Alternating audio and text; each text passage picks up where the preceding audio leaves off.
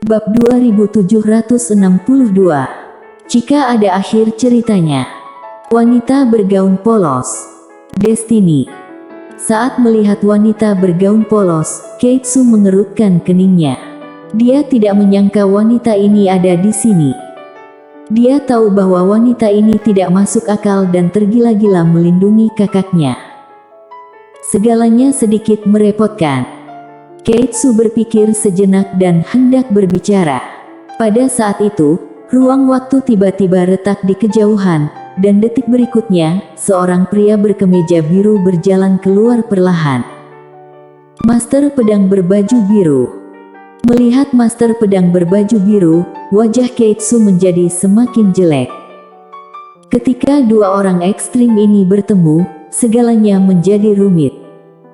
Master pedang berbaju biru memandangi wanita bergaun polos, tersenyum, dan hendak berbicara ketika Keitsu tiba-tiba berjalan ke arah pria berbaju biru. Dia meraih tangan pria berbaju biru dan menggelengkan kepalanya. Dia tahu bahwa begitu kedua orang ekstrim bertemu satu sama lain, pasti akan terjadi perkelahian. Dan jika kedua orang ini bertarung sekarang, maka akan menjadi bencana. Karena baik alam semesta nyata maupun alam semesta tiada batas tidak mampu menahan kekuatan mengerikan dari keduanya. Wanita bergaun polos menoleh untuk melihat pria berbaju biru. Detik berikutnya, dia membuka telapak tangannya dan pedang penerapan Taoisme muncul di tangannya. Kali ini, Mileye berjalan ke arah wanita bergaun polos. Dia meraih tangan wanita bergaun polos dan tersenyum tipis. Lydia, lupakan saja. Tapi wanita bergaun polos menggelengkan kepalanya. Kak, kali ini dengarkan aku. Klan Yang. Mereka pikir mereka itu siapa? Saat suara itu terdengar, pedang penerapan Taoisme di tangannya tiba-tiba terbang keluar, menebas langsung ke pria berbaju biru. Menyerang. Di kejauhan, pria berbaju biru menyipitkan matanya dan tiba-tiba menghunus pedangnya dan menebas. Teknik menghunus dan menebas langit. Melihat kedua orang itu tiba-tiba beraksi, ekspresi Mileye tiba-tiba berubah drastis. Dia langsung memasukkan Benzang, Baingsu dan yang lainnya ke dalam menara kecil. Di saat yang sama, dia mundur ke belakang wanita bergaun polos. Bang! Tiba-tiba, dua cahaya pedang meledak. Bang! Dalam sekejap, dengan dua orang itu sebagai pusatnya, jutaan Star Territory yang ada di sekitarnya langsung musnah. Tidak hanya itu, sisa kekuatan dari kedua orang tersebut tidak hilang, tapi masih menghilang ke arah sekitar dengan kecepatan yang sangat mengerikan. Dengan kecepatan ini, dalam beberapa detik, sisa kekuatan kedua orang tersebut mampu menghancurkan seluruh alam semesta nyata, bahkan alam semesta tiada batas. Tepat ketika alam semesta nyata hendak runtuh, tiba-tiba muncul kekuatan misterius di alam semesta nyata. Dengan munculnya kekuatan misterius tersebut, sisa kekuatan wanita bergaun polos dan pria berbaju biru langsung tertahan, dan tidak ada penyebaran lebih lanjut. Tapi tidak lama kemudian, kekuatan misterius itu langsung hancur dan musnah. Pada saat ini, di langit berbintang yang tidak diketahui, sebuah kata hitam tiba-tiba muncul di langit berbintang. Begitu kata ini muncul, sebuah kekuatan yang kuat langsung memblokir sisa kekuatan dari pria berbaju biru dan wanita bergaun polos. Tidak lama kemudian, kata itu tiba-tiba pecah. Pada saat itu, sebuah tangan tiba-tiba memegang kata tersebut. Detik berikutnya, sebuah buku kuno tiba-tiba muncul di langit berbintang. Bang! Dengan kemunculan buku kuno ini, sebuah kekuatan menakutkan tiba-tiba menghalangi sisa kekuatan wanita bergaun polos dan pria berbaju biru. Tapi, hanya memblokirnya saja, bukan menghapusnya. Di langit berbintang, wanita bergaun polos dan pria berbaju biru berdiri memegang pedang. Wanita bergaun polos berwajah dingin dan tidak ada emosi di matanya. Pria berbaju biru memegang pedang erat-erat di tangan kanannya. dan pedangnya berubah menjadi merah sedikit demi sedikit. Saat ini, sebuah bayangan tiba-tiba muncul tidak jauh dari mereka berdua. Saat bayangan ini muncul, pena kebenaran agung di pinggang Mileye sedikit bergetar.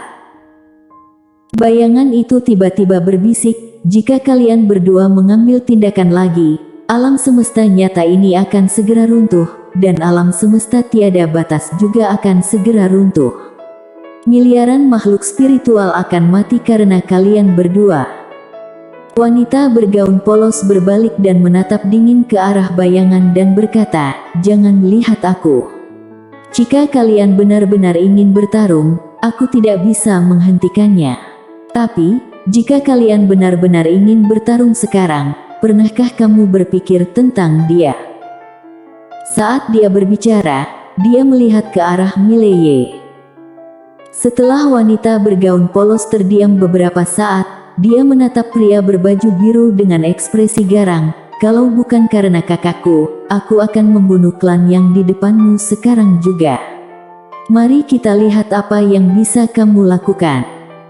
Setelah mengatakan itu, dia menoleh ke arah Keitsu dan berkata dengan nada menghina, "Klan Yang. Sampah apa? Apa kakakku perlu kalian?" Setelah mengatakan itu, dia berbalik, meraih tangan Mileye, dan pergi. Setelah wanita bergaun polos pergi bersama Mileye, Keitsu menoleh ke arah pria berbaju biru dan berkata dengan lembut, "Maaf. Aku hanya ingin membina dia. Aku tidak pernah menyangka akan menjadi seperti ini." Pria berbaju biru menggelengkan kepalanya. "Anak ini mempunyai kepribadian yang sama denganku, dan seringkali sangat ekstrim." Keitsu mengangguk, seharusnya anak haram itu yang menyakitinya. Saat dia berbicara, dia menghela nafas pelan. Anak haram. Ada satu hal yang penting dia abaikan, yaitu Mileye selama ini belum diakui oleh klan Yang, dan Mileye yang jauh dari rumah kesal terhadap pria berbaju biru, dan kini dia diperlakukan seperti ini oleh klan Yang. Tentu saja ada kemarahan.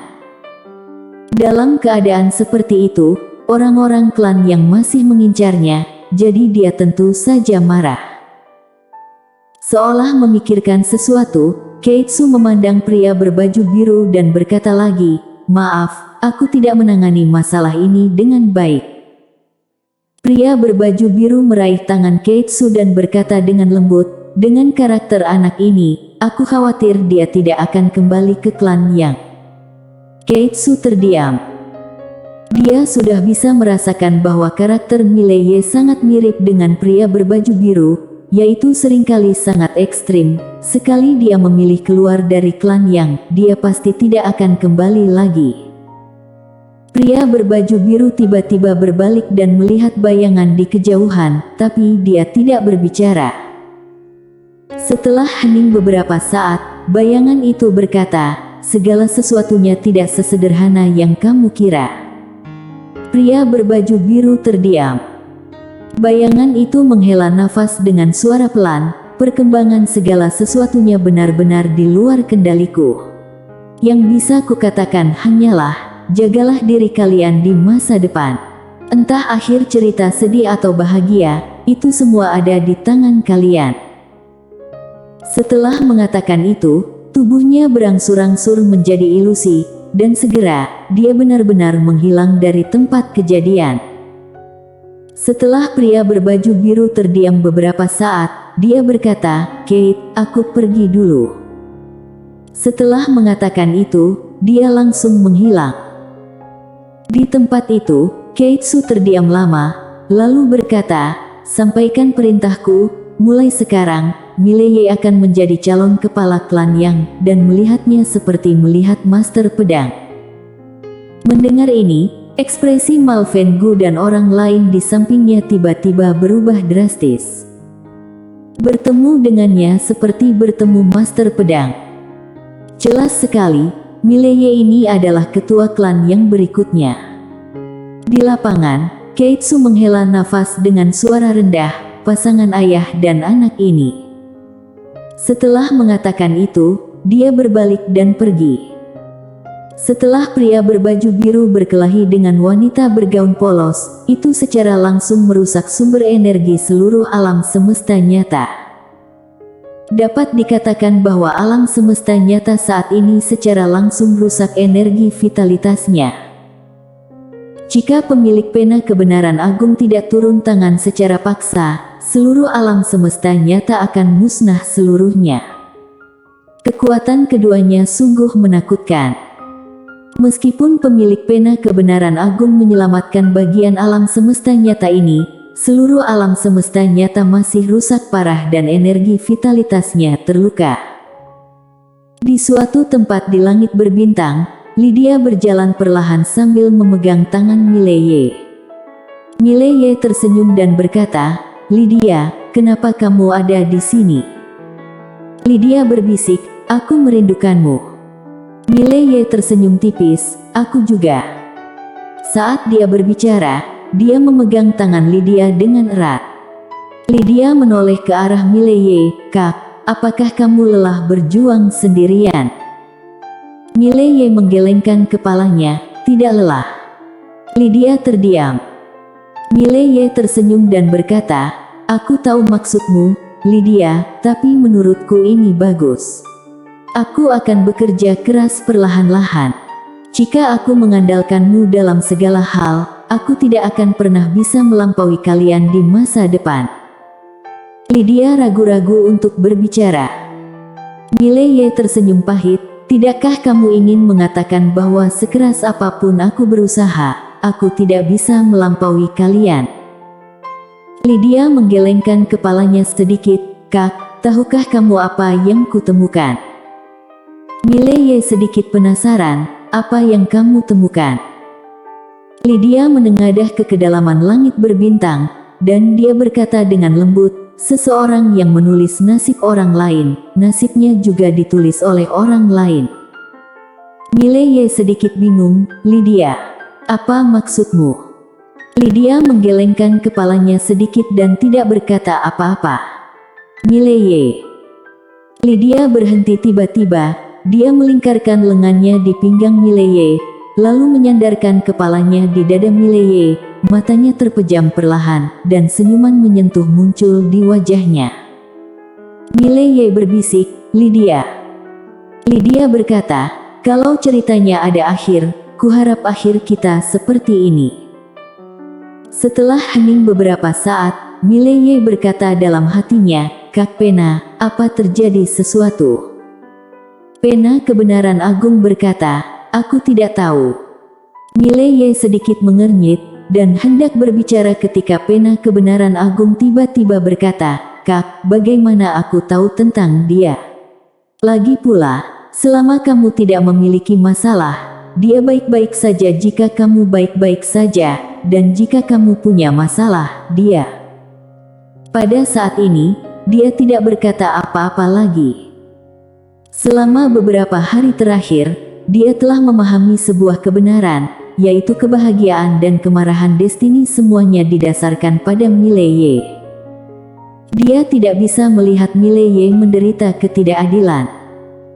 Saat ini, Mileye tiba-tiba berkata, "Lydia, katakan padaku, apakah kamu menemukan sesuatu yang lain?" Lydia berkata lirih, "Tidak ada, kakak. Hiduplah dengan baik saja, semuanya ada aku." Mileye. Lydia tiba-tiba tersenyum dan berkata, "Kak, aku ingin pergi jalan-jalan denganmu, boleh?" Mileye menarik kembali pikirannya dan bertanya sambil tersenyum, "Kemana kita pergi jalan-jalan?" Lydia berkedip, "Kemanapun boleh." Mileye berpikir sejenak, lalu berkata, "Aku ingin mengunjungi alam rahasia." Lydia sedikit penasaran, "Alam rahasia?"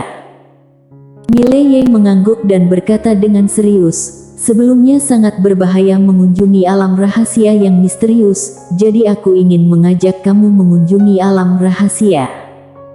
Lydia tersenyum tipis, "Oke." Mileye tertawa, dia tiba-tiba berbalik dan melihat ke kejauhan, Andrilan. Suara itu jatuh, dan ruang waktu tiba-tiba terkoyak tak jauh dari situ. dan detik berikutnya, Andri Lan muncul di hadapan Mileye kakak beradik. Andri Lan membungkuk hormat, "Tuan Muda Ye." Mileye tersenyum dan berkata, "Bantu aku selidiki, di mana alam rahasia atau reruntuhannya, aku ingin pergi lihat." Andri Lan ragu-ragu, lalu berkata, "Alam rahasia atau reruntuhan?" Mileye mengangguk, "Ya." Andri Lan berkata dengan suara yang dalam, "Tuan Muda Ye, aku tahu ada beberapa tempat, tapi ada beberapa tempat yang sangat berbahaya." Mileye tiba-tiba melambaikan tangannya dan berkata dengan bangga, "Semakin berbahaya semakin baik, aku tidak takut. Aku tidak takut pada apapun." Andri Lan bersambung.